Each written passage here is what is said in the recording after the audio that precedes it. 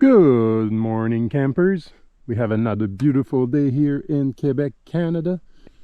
It is currently 8:30 in the morning and we have a nice, beautiful tropical minus 25 currently. It was minus 36 overnight. So minus 25 is a definite gain. Today, I'm going to show you how I harvest spruce for my spruce beer production. Come along. At least that was the plan. Little did I know at the time, but Mother Nature had a few curveballs in reserve for us.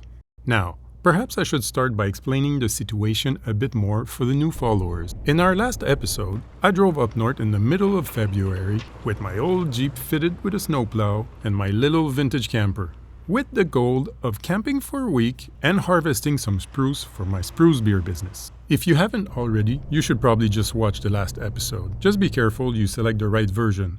It's available in both French and English. Now, let's get back to our spruce harvest.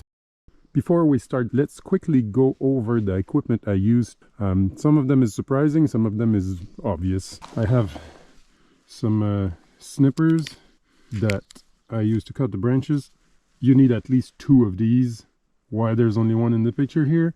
Because I dropped one in the snow yesterday, couldn't ever find it again. I got some good old bear spray. I'm kind of happy I never used this. I don't even know if it works, but I guess I'll know one day in the worst kind of possible scenario. I still carry it in the winter time. There's no bear.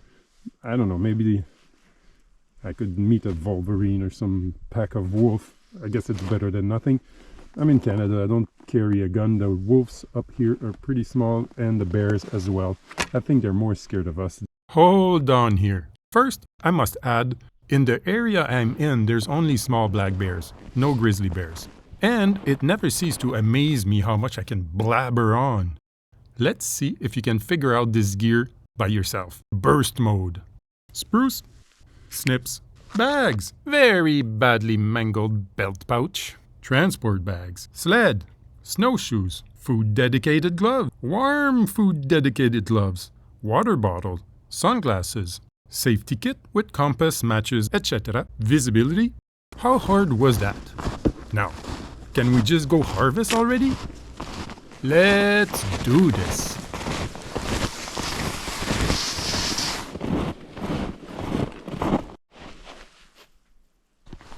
Alright, pouch is on, putting the bag in. Okay, so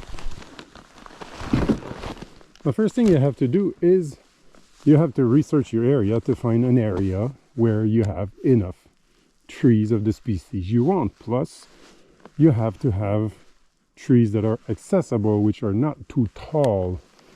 Some trees, like this one right now, looks like it's 3 feet high, but you have to understand there's another good 3 feet of snow, so that's a 6-foot high tree. First, I give myself a few simple rules. Never harvest the top branches, because this is the growth that the tree needs to be straight and nice and healthy. And I harvest relative to size of tree. So a tree like this guy, I know it's probably doesn't show now, but it's probably 12 feet high. I might take, let's say, 3 branches here.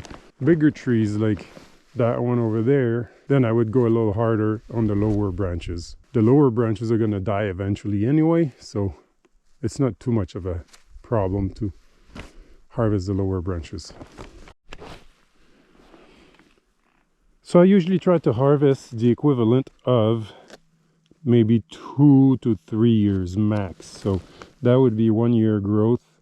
And then this would be the second year growth. So I'll probably harvest around here, making sure there are fresh buds so it can keep growing next year.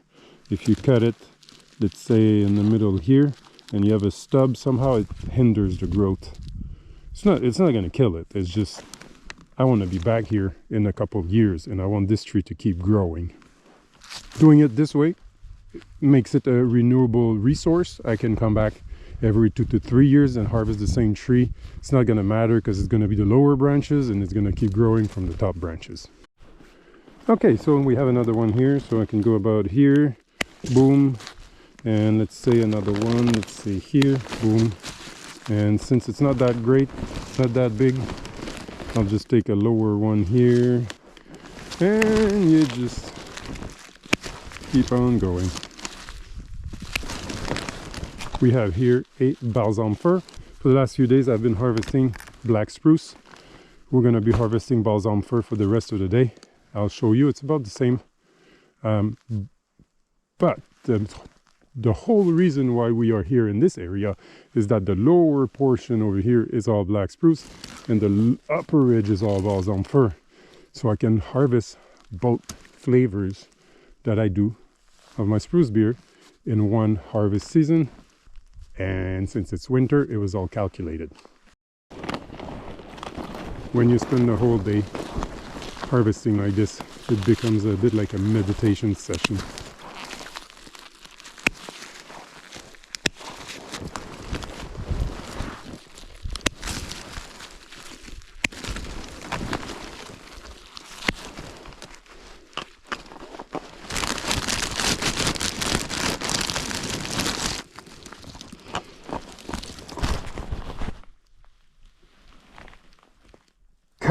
I just dropped my second pair of sécateurs. There it is. Man, I was saved by that tiny little branch tree. Boing! Man, I need to bring more than 2 pair of those. I lost a pair yesterday, I almost lost this one today. Alright, I got enough black spruce in the last few days. Let's walk up the hill and organize the balsam fir harvest.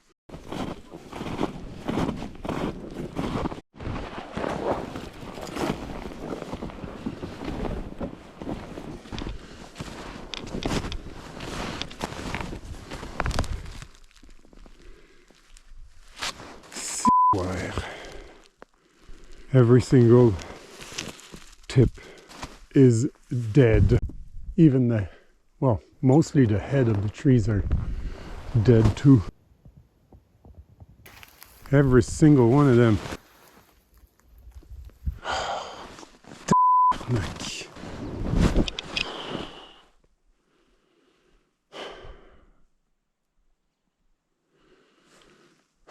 Man, this is very discouraging.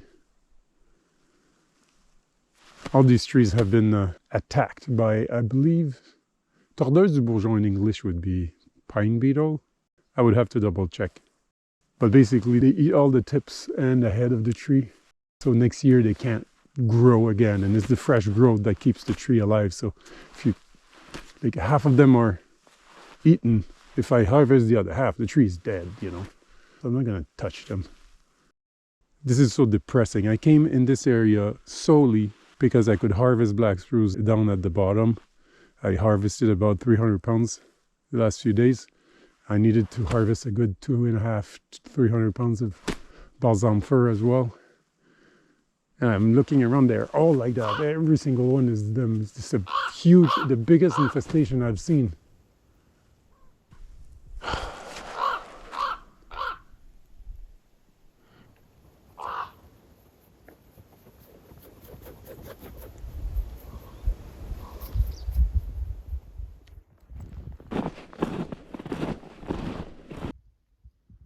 Now, you're probably wondering why I just stopped moving. My phone is really not picking up the noise very well. I apologize in advance for the awful sound quality you're just about to hear, but I'm gonna have to max out the volume for this one.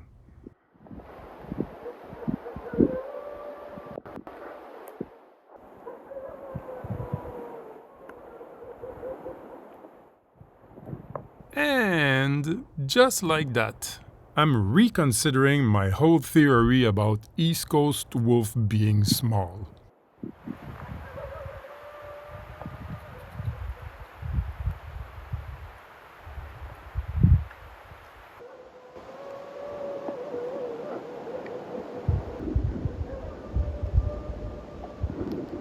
I think we're done for the day.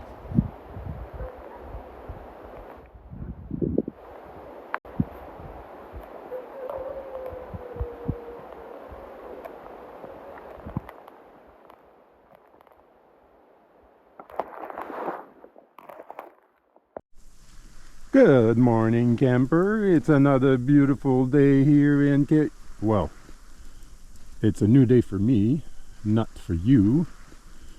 This video is going to be a bit shorter than intended because Mother Nature is throwing us another curveball.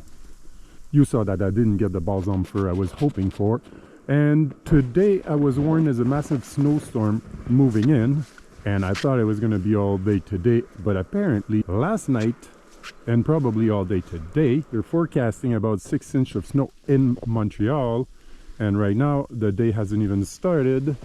And on my little table here I got more than 6 inches, so if it snows again all day up here in the woods, we might get, I don't know, 40 centimeters. I need to get the hell out of here. Problem is not so much the snow on the logging road, the problem is snow drifts on the highway. And also I have about normal clear road 7-hour drive might turn out to be a nightmare 14-15 hour drive. The first order of thing is, let's see if this thing starts. It's been parked for a week with minus 30 overnights.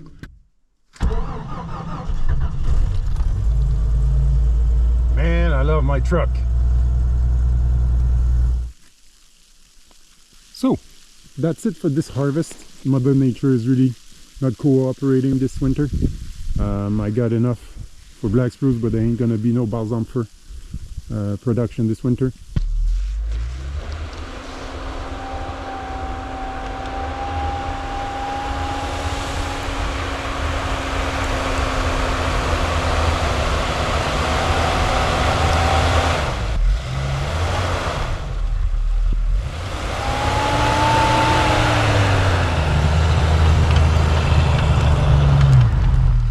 No spoiler here, I made it home alive.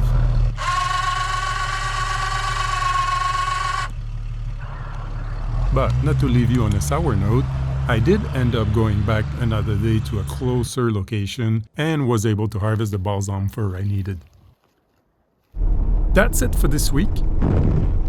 You'd expect the next episode to be about Spruce beer production, but no, I'm too damn slow at editing. So we'll skip that and go straight to spring harvest and camping adventures. See y'all in the next one.